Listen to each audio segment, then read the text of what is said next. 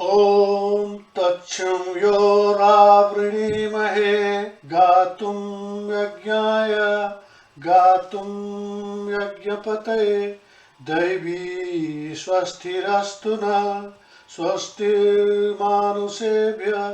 ऊर्ध्वं जिगातु भेषजं सन्नो अस्तु द्विपदे शं चतुष्पदे ओम शांति शांति शांति। ध्येयं सदा परिभवाग्नमभीष्टदोहं तीर्थास्पदं शिवविरिञ्चिनुतं शरण्यं प्रीत्यार्तिहं प्रणतपालभवाप्तिपोतं वन्दे महापुरुषते चरणारविन्दम्। ॐ अस्मद्गुरुभ्यो नमः। अस्मत्परमगुरुभ्यो नमः। अस्मत्सर्वगुरुभ्यो नमः। यो नित्य अच्युत पदाम्बुजयुग्मरुक्म व्यामोहतस्तदितराणि तृणाय मेने अस्मद्गुरोर्भगवतोऽस्य दयैकसिन्धो रामानुजस्य चरणौ शरणं प्रपद्ये। नारायणार्य यतिशेखरपादभक्तं गोविन्ददेशिकपदाब्जरसैकभृङ्गं श्रीराघवेन्द्रमुनितोर्जितशास्त्रबोधं श्रीपद्मनाभगुरुवर्यमहं प्रपद्ये। श्री श्रीबाणमलार्य देशिकवरेर् दत्तार्थसम्पालकं गोविन्दार्य गुरोपदाब्जमधुपं लक्ष्मीशसेवारतं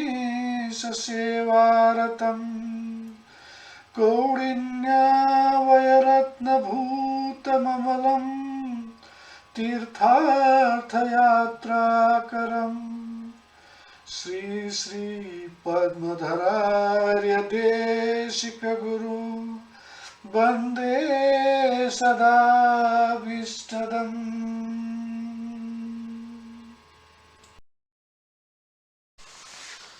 जय श्रीमन्नारायण। गुरुहरुको चरण कमलमा साष्टाङ्ग दण्डवत। भगवत अनुरागीहरु, भगवत प्रेमीहरुमा मेरो प्रणति निवेदन। मेरो वैकुण्ठवासी पिताश्रीको भावमयी उपस्थिति अनुभव गर्दै र माताजीको चरणमा चरण स्पर्श गर्ने भावसहित म आज वैकुण्ठवासी पिताश्री श्री चतुर्भुज रामानुजदास, जसको लौकिक नाम चूडामणि घिमिरे थियो, उहाँ प्रति श्रद्धा समर्पण सहित भागवत श्रीमद् भागवतका स्तुतिहरूको संग्रह र त्यसको थोरै आफूले जानेको व्याख्या गर्न उद्यत भएको छु, त्यो दृष्टता गरेको छु र यसको निम्ति म यहाँहरू सबैको आशीर्वाद प्राप्त गर्न चाहन्छु। म आशीर्वादको निम्ति प्रणति निवेदन पनि गर्दछु।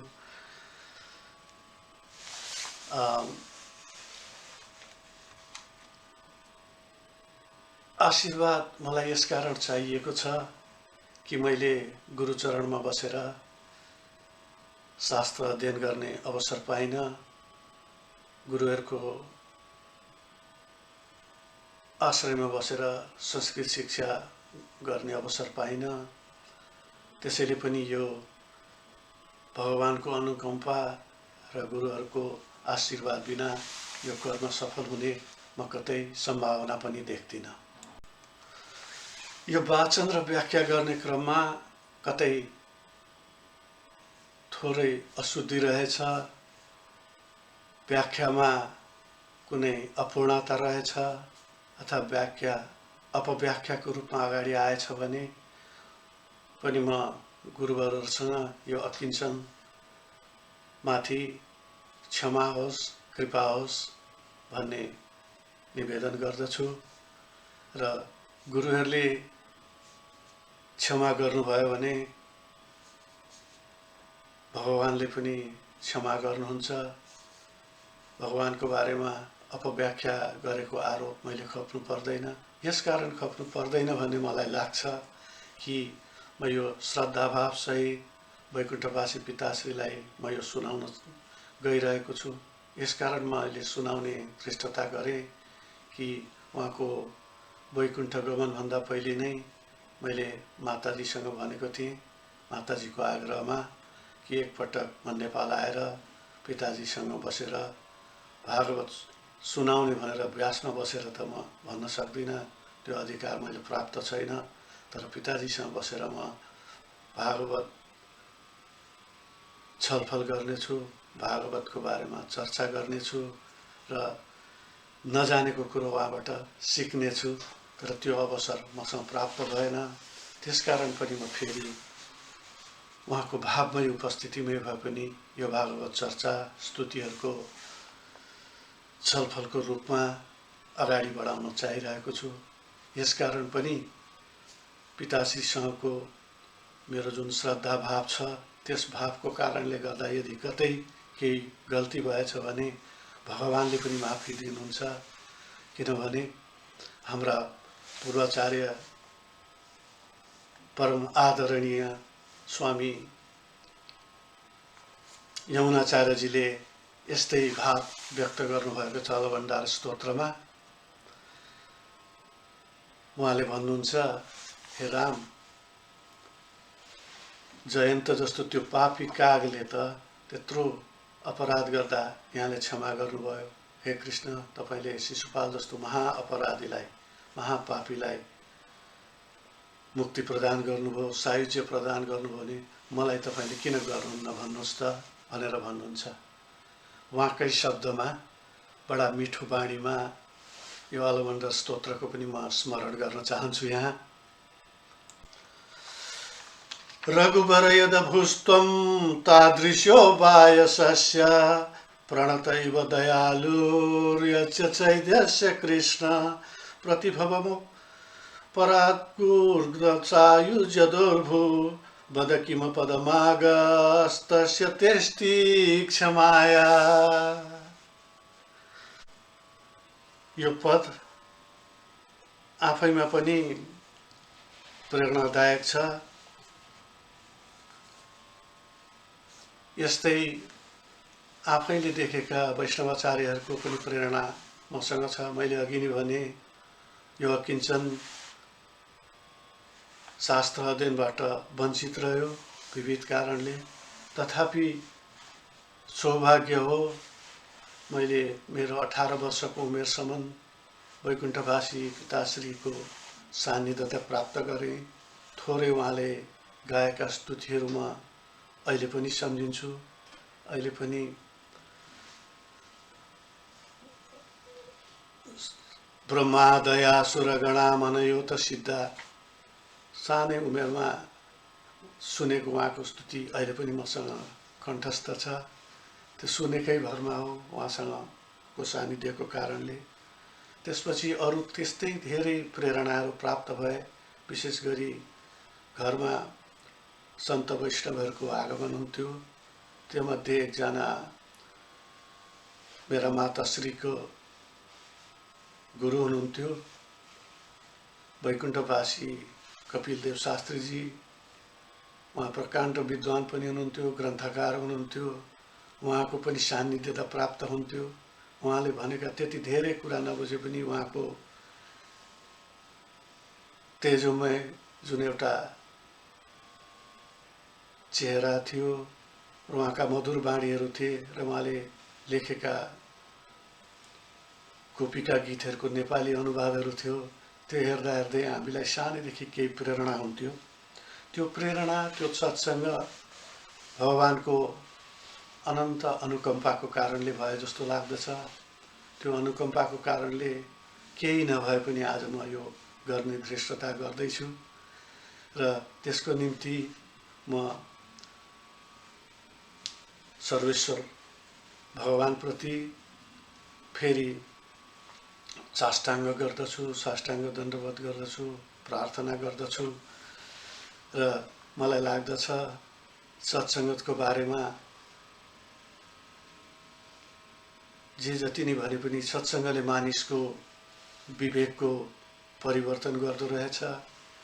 नत्र भने म पर बसिरहेको पिताजीको सान्निध्यताबाट पनि टाढा रहेको मानिसलाई अहिले म त्यति एकपटक हुन्छ नि त म आएर भागवतको चर्चा गरौँ न हामीसँगै बसेर भनेको आधारमा मैले त्यो गर्नु नसकेको पश्चाताप सहित यो गर्नमा सायद उद्यत हुने थिइनँ। त्यो विवेक आयो। त्यो सत्सङ्गतको बारेमा त्यसै कारणले नारदजीले भनेको त्यो सत्सङ्गको बारेमा महनीय जुन पद्य छ त्यो म अहिले संस्मरण गरिरहेको छु।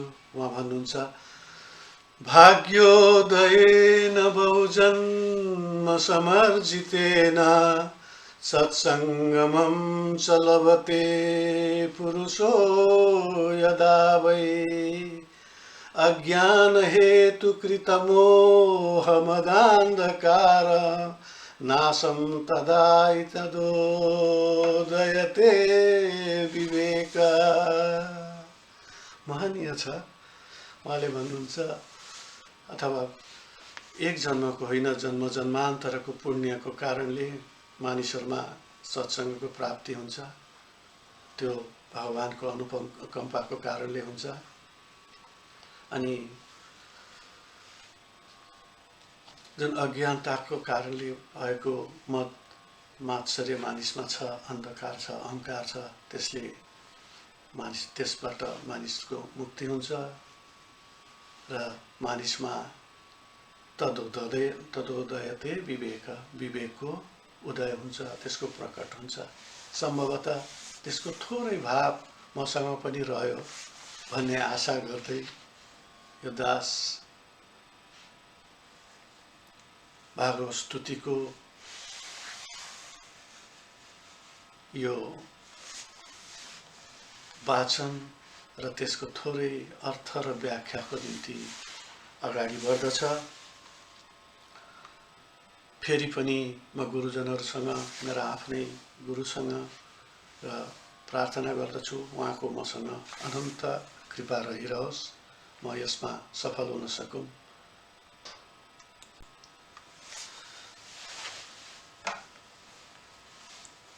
यो सत्सङ्गको निम्ति मैले परमेश्वरलाई, भगवानलाई त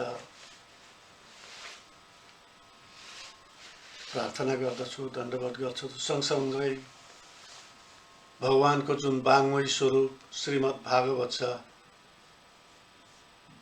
म भागवतलाई पनि प्रणाम गर्दछु र थोरै केही गल्ती भएछ भने शब्दमै भगवानका वाङ्मय स्वरूप श्रीमद् भागवतजीसँग पनि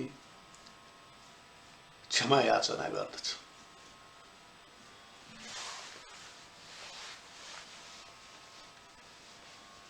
सबै शास्त्रहरूमा जस्तै पुराण, वेद, उपनिषद सबै शास्त्रहरूमा जस्तै भागवतमा पनि अथवा भागवतभित्र एक्लैमा पनि शास्त्रले भनिएका 5 वटा विषयहरू छन्। ती 5 वटा विषयको म आफू अनुभूत गर्दछु। ती 5 वटा विषयहरू भनेका भगवानका स्वरूपहरूलाई चिन्ने,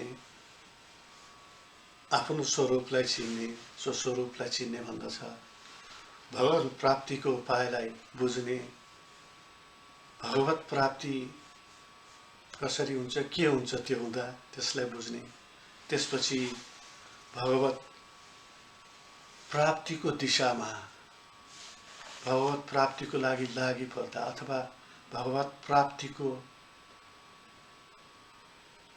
निम्ति व्यवधान के हुन्, त्यस्ता विरोधी तत्त्व के हुन्, त्यसको बारेमा आखिरमा सबै शास्त्रहरूमा तिनै 5 वटा विषयमा हुन्छ भन्ने हाम्रो वैष्णवाचार्यहरूको जुन अभिमत छ, त्यो अभिमतलाई शिरोधार्य गर्दै मैले पनि भागवतको विविध वैष्णव विद्वानहरूबाट टाढा बसेरै भए पनि श्रवण गर्दा उहाँहरूका मधुर व्याख्याहरू सुन्दा, उहाँहरूका वैष्णवीय व्याख्याहरू सुन्दा यो सत्य हो भन्ने लाग्दछ र भागवत स्वयंमा त्यस्तै विषयहरू छन्। हाम्रा आचार्यहरूले यी 5 वटा विषयवस्तुलाई अर्थपञ्चकको रूपमा बुझाउनुहुन्छ, यसलाई अर्थपञ्चक भन्नुहुन्छ र यी 5 वटा विषयहरू नै भागवतका विषय हुन् भन्ने पनि लाग्दछ। अर्थपञ्चकका बारेमा आचार्यहरू भन्नुहुन्छ, उहाँहरू भन्नुहुन्छ प्राप्यस्य ब्रह्मणो रूपं प्राप्तस्य प्रत्यदात्तमन् प्राप्तोपाय फलं प्राप्ते तथा प्राप्ति विरोधी च वदन्ति सकला वेदास्य इतिहास पुराणका मुनयस्य महात्मान वेद वेदान्त पारगा। शास्त्रहरूका बारेमा त्यही वैष्णवाचार्यको जुन भनाइ छ, मैले यहाँ फेरि किन उद्धृत गरेँ भने आफैले भनेर आफैले जानेर भने जस्तो गर्नुभन्दा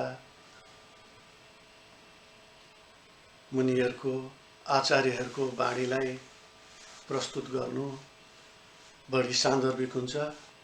अघि मैले भने जस्तै प्राप्यसो ब्रह्मणो रूपम, एउटा त ब्रह्मको भगवानका विविध रूपहरूको बुझ्ने, प्राप्त गर्ने स्वरूपहरूलाई, भगवानका स्वरूपहरूको बारेमा मैले यहाँ किन यसबाट सुरुवात गरेँ भने भागवतको मङ्गलाचरणदेखि नै सुरु गर्दा यी यस्ता प्रसङ्गहरू देखिन्छ। मङ्गलाचरणमा वेदव्यासजीले भगवानको सत्य स्वरूपको गर्नुभएको छ। अलिक पर गएपछि सुखदेवको स्तुति आउँछ, उहाँले भगवानका त्यस्तै स्वरूप र गुणहरूको वर्णन गर्नुभएको छ।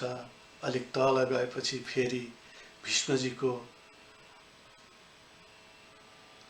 अपूर्व प्रकृतिको छन्द र विषयमा आएको स्तुति आउँछ, कुन्तीजीको स्तुति आउँछ। त्यस पछाडि गएर गजेन्द्र मोक्ष स्तुति आउँछ, जहाँ भगवानको निर्विशेष स्वरूपको वर्णन गरिएको छ। सम्भवतः हाम्रा आचार्य, विशेष गरी स्वामी रामानुजाचार्यले भगवानको जुन गुणको बयान गर्नुभएको छ गद्यत्रयमा, त्यसको पनि एक खालको चर्चा आउने गरी, त्योसँग बुझ्ने गरी पछाडि त्यसलाई हेर्नु आवश्यक देखिन्छ। भगवानका 5 वटा स्वरूपहरूको बारेमा आचार्यहरू भन्नुहुन्छ। हरेक अर्थपञ्चका हरेक 5 भेदहरू छन् भन्नुहुन्छ। ब्रह्मणका स्वरूपहरूको कुरा गर्नुहुन्छ, परब्रह्मको कुरा गर्नुहुन्छ। त्यो परम तत्त्व हो, परावासुदेव पनि भनेर भनिन्छ। त्यस पछाडि विग्रह स्वरूपको कुरा छ, भगवानले आफैलाई बढाउँदै लग्नु भएको विशिष्ट कामको निम्ति, विशेष गरी संसारको सृष्टि, पालन र समारको निम्ति आफ्ना अरू त्रिमूर्तिहरू प्रकट गर्नुभएको कथा, त्यो अर्को स्वरूपको कुराहरू आचार्यहरूले वर्णन गर्नुभएको छ। त्यसैपछि त्यस्तै गरी भगवानले विभव स्वरूपहरूको, अवतार स्वरूपहरूको कुरा गर्नुभएको छ। अहिले यहाँ यसलाई त्यति धेरै छलफल नगरौँ, तर अवतार किन हुन्छ भनेर भगवानले आफै गीतामा भन्नुभएको छ। कतिपय आचार्यहरूले त्योभन्दा अगाडिको व्याख्या गर्नुभएको छ। परम विद्वान श्री राघवाचार्य स्वामीजी, जगद्गुरु राघवाचार्य स्वामीजीले त्यसको मिठो व्याख्या गर्नुहुन्छ त्योभन्दा एक कदम अगाडि गएर। तर गीताजीमा भगवानको श्रीमुखबाट आफै आएको छ, परित्राणाय साधूनां विनाशाय च दुष्कृतां धर्म संस्थापनार्थाय सम्भवामि युगे युगे। त्यो अवतारका कुराहरू छन्। ती अवतारहरूमा पनि भगवानका विभिन्न किसिमका अवतार छन्। आचार्यहरू भन्नुहुन्छ भगवानका अनन्त अवतारहरू भए। सबैले आफ्नो गति र मति अनुसारको भन्ने हो। भगवान वेदव्यासजीले 24 अवतारको कुरा गर्नुभएको छ। त्यहाँभित्र अंश अथवा अवतार अथवा कला अवतारका कुराहरू छन्। 10 प्रमुख अवतारका कुरा छन्। भगवान राम र भगवान कृष्णको पूर्ण अवतारको कुरा छ। विशेष गरी उहाँ 4वटै स्वरूपहरूमा प्रकट भएको कुराहरू आचार्यहरू बताउनुहुन्छ। भगवान राम वासुदेव, संकर्षण, अनिरुद्ध, प्रद्युम्न समेतको अवतार भएको कुरा आचार्यहरू व्याख्या गर्नुहुन्छ। त्यसै गरी भगवान कृष्णको पनि वासुदेव, संकर्षण, बलराम, प्रद्युम्न र अनिरुद्ध सहितको अवतार भएको कुरा छ। छोरा नातिको रूपमा आउनुभएको छ त्यहाँनिर पनि। त्यसैले पूर्ण अवतार छ, पूर्ण एउटा जिम्मेवारी वहन गर्नुभएको छ, पूर्णता दिनुभएको छ भन्ने अर्थ छ। त्यसै गरी आचार्यहरूले भगवानका स्वरूपको वर्णन गर्दै जाँदा अन्तर्यामी स्वरूपको वर्णन हुन्छ। भगवान नियन्ता हुनुहुन्छ, हृदयमा बस्नुहुन्छ र मानिसहरूलाई निर्देशित गर्नुहुन्छ। उहाँ अन्तर्यामी स्वरूप छ। त्यसै कारण भगवानलाई वासुदेव पनि भन्ने गरिन्छ। वासुदेव भगवान कृष्णलाई पनि भन्ने गरिन्छ वसुदेवका पुत्र भएको हिसाबले। तर परा वासुदेवलाई पनि वासुदेव भनिन्छ। उहाँ विशेष गरी भगवान मानिसका अन्तर्यामी भएको कारणले त्यसो भनिन्छ। यदि वसुदेवको पुत्र मात्रै भएको कारणले वासुदेव भनेर भनिन्थ्यो भने पौण्ड्रकले म वासुदेव होइन, त्यस कारणले अन्तर्यामी स्वरूपलाई बुझाइन्छ भगवानको वासुदेव भन्ने अर्थले। त्यसै गरी भगवानको अर्च स्वरूप छ। कलिकालमा भगवानका विविध स्वरूपहरू राखेर पूजा अर्चना गर्ने चलन छ। भगवानका स्वरूपहरूको प्रतिष्ठापन गर्ने चलन छ। अर्च स्वरूपमा पनि कतिपय स्वयम्भुव भनिन्छ। आफै उत्पत्ति हुनुभएका, प्राकट्य हुनुभएका अर्च स्वरूपहरूको बारेमा आचार्यहरू बताउनुहुन्छ। त्यसपछि कतिपय भक्तजनहरूले स्थापित गर्ने, प्राण प्रतिष्ठा गर्ने र भगवानलाई सधैँ प्रार्थना गर्ने यस्तो कुराको बारेमा वर्णन गर्नुहुन्छ। यी त भगवानका स्वरूपहरूका कुरा भए। यसको विशद छलफल यहाँको विषय होइन। तर भागवतमा यी सबै स्वरूपहरूको कुनै न कुनै हिसाबले श्रीमद् भागवतमा यसको निरूपण भएको छ। भगवानका लीलाहरूको माध्यमबाट त्यो देखिन्छ। भगवानका बारेमा गरिएका स्तुतिहरूबाट देखिन्छ। कहीँ सत्य स्वरूपको रूपमा, कति भगवानका सगुण स्वरूपहरूको बारेमा, कतिपय गुणानुवादहरूको बारेमा, भगवानका विशेष श्री स्वामी रामानुजले गरे जस्तै भगवानका विशिष्ट गुणहरूको वर्णन गरिएको छ। ती भागवतमा क्रमशः चर्चामा आउनेछन्। त्यसपछि भगवान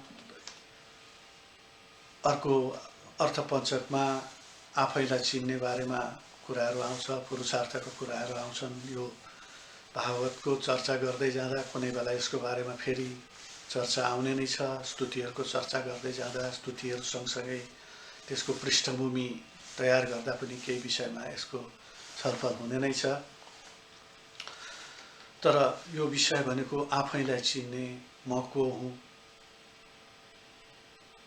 यस बारेमा जानकारी गर्ने कुराहरू भए। त्यस पछाडि तेस्रो पक्ष भनेको प्रप्तोपाय फलम प्राप्ते। प्रप्तोपाय त्यो उपाय, प्राप्ति गर्ने उपाय। त्यो प्राप्ति के को? भगवान प्राप्तिको निम्ति, ब्रह्मलाई प्राप्ति गर्नको निम्ति त्यो उपाय केहरू हुन सक्छन्? आचार्य चरणहरूले, हाम्रा पूर्वाचार्यहरूले, श्री सम्प्रदायका गुरुजनहरूले यसको बारेमा व्याख्या गर्नुभएको छ। वैदिक ग्रन्थहरूमा यसमा छ। भागवतमै पनि प्रहलादजीको एउटा महनीय श्लोक छ। श्रवणम कीर्तनम विष्णु भन्ने विविध भक्तिका कुराहरू गर्नुभएको छ, भक्तिका साधनका कुराहरू गर्नुभएको छ। त्यसपछि हाम्रा आचार्य चरणहरूले त्यसलाई प्रपत्ति र शरणागतिको कुरासम्म लिएर जानुभएको छ। त्यसको बारेमा फेरि पनि यही चर्चाको क्रममा आउनेछन्। तथापि यी विषयहरू भागवतका स्तुतिहरूमा कुरा गर्दै जाँदा त्यहाँ पनि हामी अनुशीलन भएको देख्छौँ, त्यहाँ पनि प्रकट भएको देख्छौँ।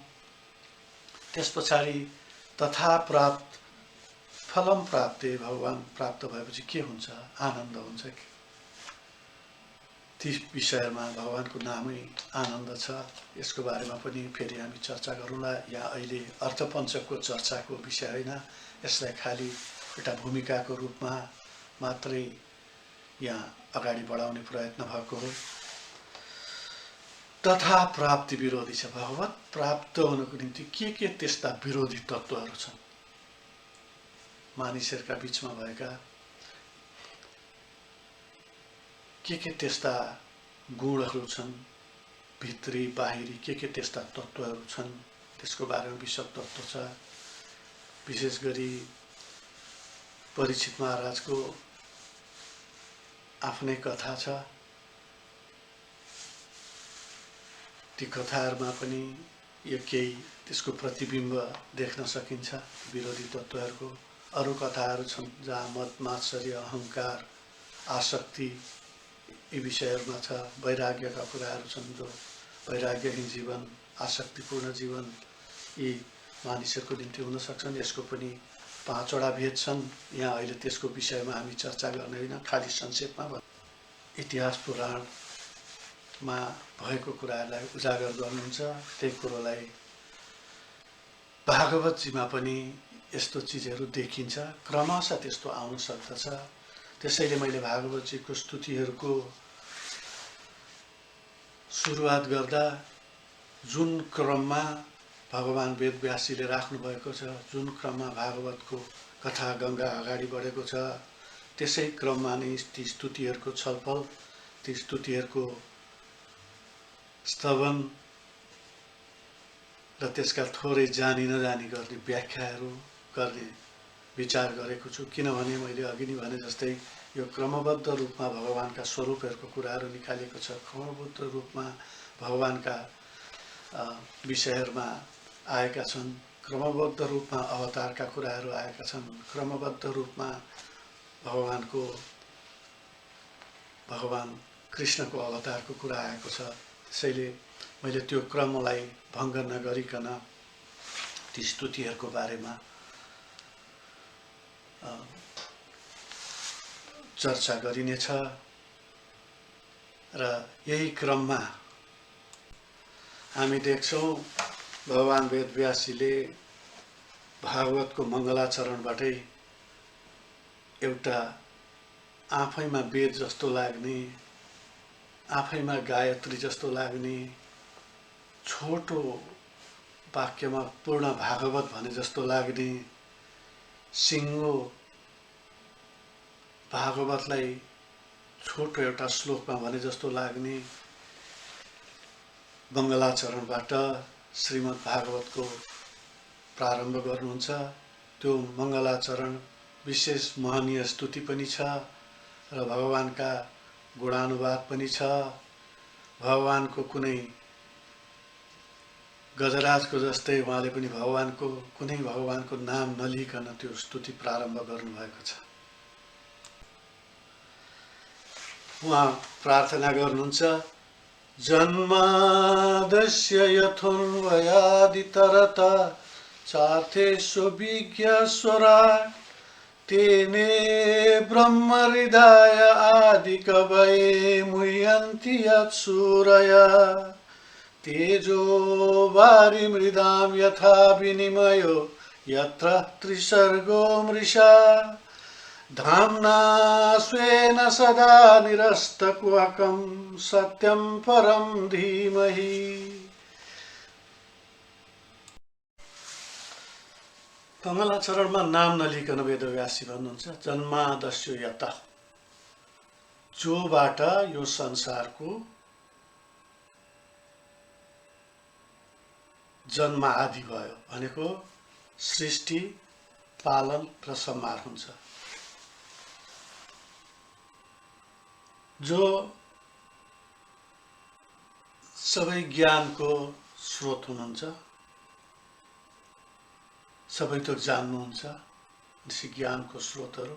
पछि हामी फेरि रामानुज स्वामीको थोरै गद्यत्रयभित्र शरणागति गद्यबाट यसको छलफल गरौँला।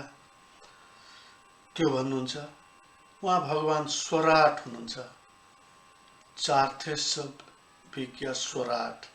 स्वराट हुनुहुन्छ भनेपछि उहाँ स्वतन्त्र हुनुहुन्छ, उहाँ कुनैबाट पनि शासित हुनुहुन्न, उहाँ माथि कोही छैन। तेने ब्रह्म हृदय आदि कवय, उहाँले नि वेदको ज्ञान संसारका पहिलो जुन जीव हुनुहुन्छ ब्रह्माजीलाई, आदि कवयलाई प्रदान गर्नुभयो र सबै देव ऋषिगणहरू जसको प्रार्थना गर्नुहुन्छ। यसको मतलब के हो भने फेरि पनि स्वराट जस्तै भगवानको सर्वोच्चताको कुरा आयो। उहाँ सर्वोच्च हुनुहुन्छ, उहाँभन्दा माथि कोही छैन। त्यसकारण यहाँनिर वेदव्यासजीले भगवानको परत्वको निरूपण गर्नुभएको छ। परत्वको निरूपण गर्नुभएको छ र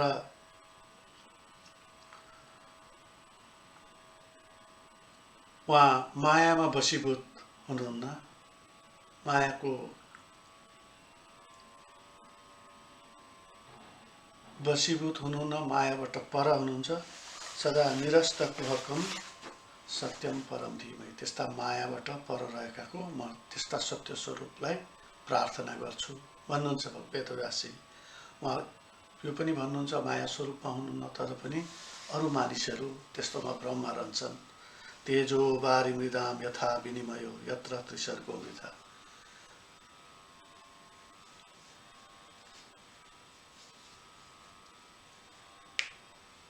यी पृथ्वी, जल र तेजको जुन को सम्मिश्रणले हुने भ्रम अथवा त्यसको उल्टो पाल्टो देखिने जुन भ्रम छ, त्यो भ्रममा मानिसहरू रहन्छन् र थुप्रै मुनिहरूले पनि उहाँहरूलाई चिन्न सक्नुहुन्न। तर उहाँ आफै पनि त्यस्तो माया भ्रमबाट, मायाबाट मुक्त हुनुहुन्छ।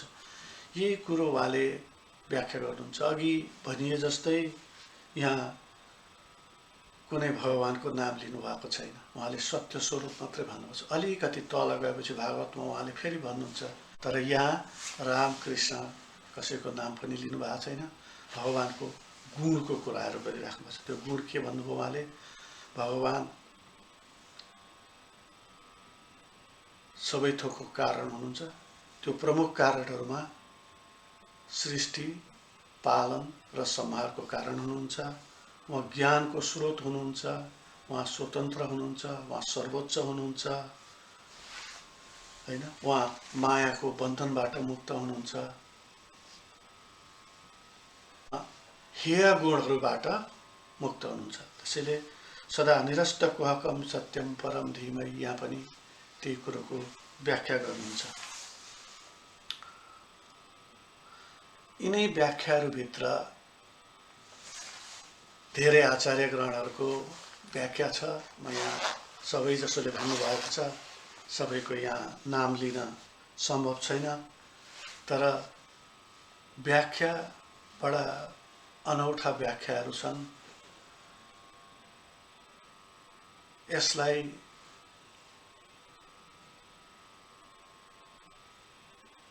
ब्रह्मसूत्रको दोस्रो सूत्रबाट सुरु भएको छ। अथातो ब्रह्म जिज्ञासा पछि जन्मादस्य आउँछ, त्यहाँबाट यो श्लोक सुरु भएको छ। गायत्रीको धीमहि भन्ने जुन अन्तिम शब्द त्यहाँबाट छ। त्यसैले धेरै आचार्यहरूले यसलाई वेद, उपनिषदको सारको रूपमा लिनुहुन्छ। स्वयं भगवान वेद व्यासीले आफै भन्नुभएको छ, निगमकल्पतरुर्गलितं फलम सुखमुखादमृतं द्रवसंयुतं पिबत भागवतं रसमालयं मुहुरहो रसिका अभिभावका। यसको वेदको रसको रूपमा व्याख्या गरिएको छ, यसको निचोडको रूपमा व्याख्या गरिएको छ। धेरै आचार्यगणहरूले यसलाई गायत्री मन्त्रको रूपमा पनि व्याख्या गर्नुहुन्छ। ती व्याख्या अलिक पछाडि उद्घाटित हुँदै जान्छन्, अहिलेलाई यसमा यही नै रोकौँ। तर वैष्णव आचार्यहरूले विशेष गरी स्वामी रामानुजाचार्यले के भन्नुहुन्छ भगवानका यी गुणहरूको बारेमा, जुन यहाँ पनि थोरै व्याख्या भएको छ। उहाँले भगवानका गुणहरूको ज्ञान, बल, ऐश्वर्य, वीर्य, शक्ति, तेज, यसको बारेमा वर्णन गर्नुहुन्छ, यसको व्याख्या गर्नुहुन्छ। स्वाभाविक रूपले वेदव्यासजीले यहाँ भगवानको जुन गुणानुवाद गर्नुभएको छ, सत्यस्वरूप भगवानलाई प्रार्थना गर्दै जुन गुणानुवाद गर्नुभएको छ, स्वामी रामानुजाचार्यले त्यही भन्नुभएको छ। उहाँकै शब्दमा सुनियो भने अझ प्रामाणिक लाग्दछ। यहाँ भनिएका ज्ञान, बल, ऐश्वर्य, वीर्य, शक्ति, तेज आदि बाहेक पनि उहाँले रामानुजाचार्यले, हाम्रा गुरु रामानुजाचार्यले भन्नुहुन्छ, स्वाभाविकानवधिकारतिशय ज्ञान, बल, ऐश्वर्य, वीर्य, शक्ति, तेज, सौशील्य, वात्सल्य,